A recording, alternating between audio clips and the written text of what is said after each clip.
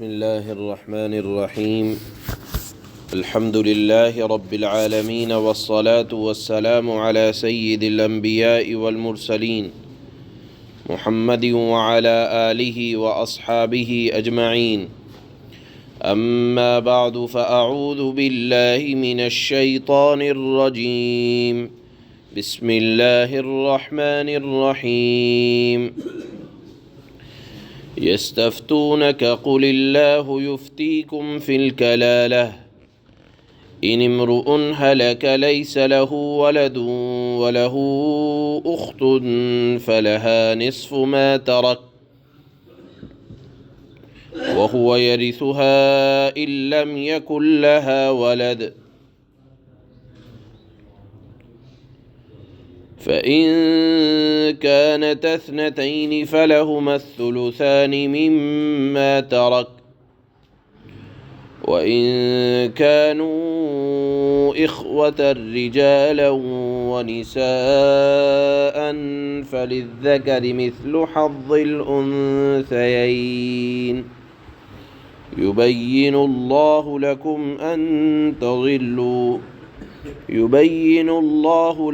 أن تضلوا والله بكل شيء عليم.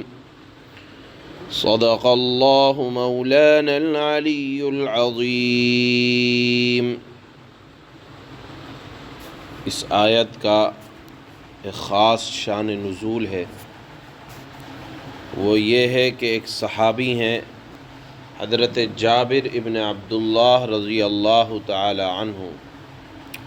بہت سخت بیمار ہو گئے۔ اللہ کے نبی صلی اللہ علیہ وسلم اور حضرت سیدنا صدیق اکبر رضی اللہ تعالی عنہ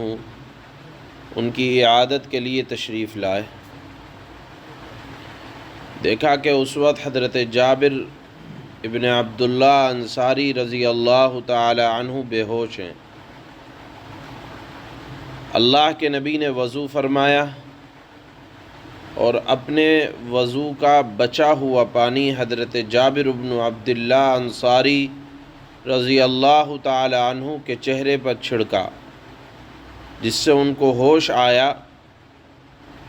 فرماتے ہیں کہ حضرت جابر میں جب ہوش میں آ گیا تو دیکھا کہ رسول اللہ صلی اللہ علیہ وسلم تشریف فرما ہیں۔ میں نے سوال کیا کہ اللہ کے نبی، میں کلالہ ہوں، میری وراثت کیسے تقسیم ہوگی؟ اس پر اللہ نے یہ آیت نازل فرمائی جو آج ہم پڑھ رہے ہیں۔ اس میں اللہ نے اپنے حبیب صلی اللہ علیہ وسلم کو مخاطب کر کے فرمایا، یستفتونک، اے نبی صلی اللہ علیہ وسلم، لوگ آپ سے حکم دریافت کرتے ہیں، مسئلہ معلوم کرتے ہیں، تو یفتیکم، آپ ان کو فتویٰ دیں، آپ ان سے فرما دیں۔ پہلے سمجھنا چاہیے کہ کلالہ کس کو کہتے ہیں، جس کی یہاں وراثت بیان کی جا رہی ہے۔ کلالہ کہا جاتا ہے ایسا شخص جس کی کوئی اولاد نہ ہو، نہ بیٹا ہو، نہ بیٹی ہو، نہ پوتا ہو، نہ پوتی ہو، اور اسی طرح اوپر کی طرف نہ ماں ہو نہ باپ ہو۔ گویا کہ والدین کا بھی انتقال ہو گیا اور بچوں میں سے بھی کوئی نہیں ہے، نہ باپ ہو نہ دادا اوپر تک چلے جائیں، اسی طرح نہ بیٹا نیچے تک چلے جائیں، پوتا وغیرہ تک نہ ہو، تو اس کی وراثت کیسے تقسیم ہوگی؟ اللہ نے یہاں حکم اس طرح سے بیان فرمایا کہ اگر ایسا کوئی شخص مرنے والا ہے کہ نہ ماں باپ ہے نہ اولاد ہے، لیکن صرف بہن ہے اور حقیقی یا سگی بہن ہے، تو اللہ فرماتے ہیں کہ اس کو وراثت کا آدھا حصہ، آدھے مال کی وہ وارث ہو جائے گی۔ اور اسی طرح اگر بہنیں ایک سے زائد ہیں تو پھر 2/3 کی مالک یا وراثت کے حقدار وہ بہنیں ہوں گی۔ اسی طرح سے اگر مرنے والی ایسی کوئی عورت ہے، ابھی جو مسئلہ بیان کیا وہ تھا کہ جب مرنے والا، انتقال کرنے والا مرد ہو اور وہ لاولد ہو اور والدین بھی نہ ہو اور صرف بہن ایک ہو تو آدھے کے حقدار، اور اگر بہنیں 2 یا زائد ہوں تو 2/3 کے حقدار ہوں گی۔ اسی طرح سے اگر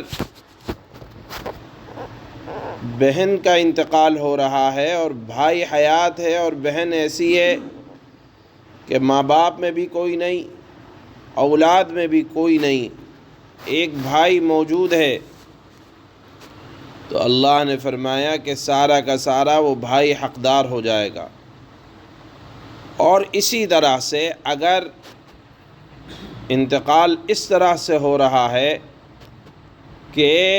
بھائی بھی چند ہیں اور بہنیں بھی چند ہیں، تو اللہ نے فرمایا ایسی صورت کے اندر پھر وہی للذکر مثل حظ الانثیین کے اعتبار سے کہ مردوں کو عورتوں کے مقابلے میں ڈبل اور عورتوں کو مردوں کے مقابلے میں ایک حصہ ملے گا، یعنی وہی للذکر مثل حظ الانثیین کہ شریعت میں وراثت میں مردوں کا ڈبل اور عورتوں کا ایک حصہ ہوتا ہے، اس اعتبار سے وراثت کو تقسیم کر دیا جائے گا۔ یہ کلالہ کی وراثت کے مسائل اللہ تعالیٰ نے اس آیت میں بیان کرنے کے بعد واضح فرمایا، یبین اللہ لکم ان تضلوا، اللہ تعالیٰ تم سے دین کی باتیں اس لیے بیان کرتے ہیں تاکہ تم ناواقفی میں، جہالت کی وجہ سے، معلوم نہ ہونے کی وجہ سے گمراہی میں نہ پڑو اور کسی کو حق سے زیادہ یا حق سے کم نہ دے دو، اور اللہ تعالیٰ ہر چیز کو خوب جانتا ہے، یعنی کس کو کتنا دینا ہے اللہ کے علم میں ہے، اور جو اللہ نے بیان کیا ہے ہر ایک کی حکمت اور مصلحت کے اعتبار سے بیان فرمایا ہے۔ سورت کے شروع میں بھی اللہ تعالیٰ نے حقوق کے بارے میں ارشاد فرمایا تھا، اور جب سورہ نساء ختم ہو رہی ہے، اس آیت پر سورہ نساء مکمل ہو رہی ہے، تو یہاں بھی اللہ تعالیٰ عورتوں کے حقوق، مردوں کے حقوق بیان کر کے اس سورت کو مکمل فرما رہے ہیں۔ آپ دیکھیں قرآن کا امتیاز یہ ہے کہ موضوع کے اعتبار سے بات کرتا ہے، اور شروع کے میں بھی جس لفظ سے اس سورت کو شروع کیا تھا تو وہاں عورتوں کے حقوق کے متعلق اللہ تعالیٰ نے مردوں کو مخاطب کیا تھا، یا ایھا الناس اتقوا ربکم الذی خلقکم من نفس واحدہ، کہ دیکھو عورتوں کے معاملات میں اللہ سے ڈرتے رہنا۔ یہاں بھی اللہ تعالیٰ نے سب سے پہلے وراثت کے سلسلے میں، کلالہ کے سلسلے میں عورت کے حق کو بیان فرمایا۔ یہ ربط ہے اس سورت کے آغاز کا اور اختتام کا۔ اللہ فرماتے ہیں یستفتونک قل اللہ یفتیکم فی الکلالہ، اے نبی صلی اللہ علیہ وسلم لوگ آپ سے سوال کرتے ہیں کلالہ کے سلسلے میں، یعنی جس کے نہ اولاد ہو نہ ماں باپ میں کوئی ہو۔ قل اللہ یفتیکم فی الکلالہ،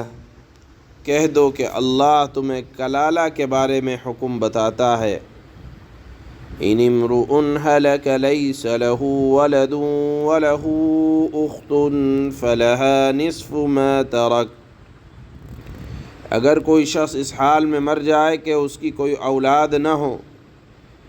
اور اس کی ایک بہن ہو تو اس کے ترکے میں سے آدھے کے حقدار وہ تنہا ایک بہن ہوگی۔ وَهُوَ يَرِثُهَا إِن لَّمْ يَكُن لَّهَا وَلَدٌ، اور وَهُوَ يَرِثُهَا إِن لَّمْ يَكُن لَّهَا وَلَدٌ فَإِن كَانَتَا اثْنَتَيْنِ فَلَهُمَا الثُّلُثَانِ مِمَّا تَرَكَ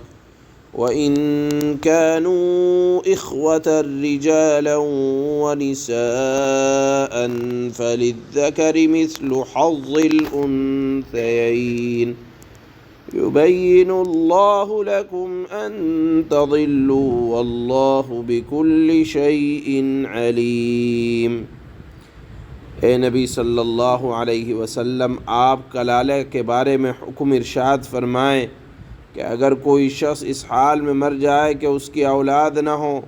اور اس کی ایک بہن ہو تو وہ اس کے ترکے میں سے آدھے کی حقدار ہوگی، اور اگر اس بہن کی اولاد نہ ہو اور وہ مر جائے، یعنی اب مرنے والی کلالہ عورت ہے اور بھائی موجود ہے اور اس کا بھائی زندہ ہو تو وہ اس بہن کا وارث ہوگا،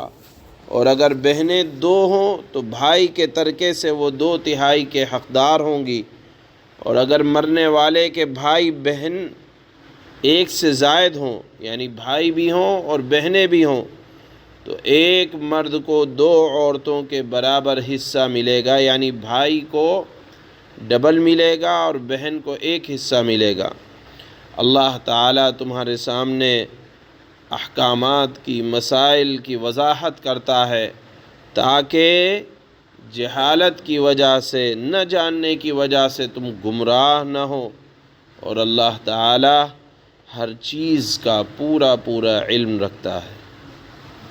سبحان اللہ و بحمدہ، سبحانک اللہ۔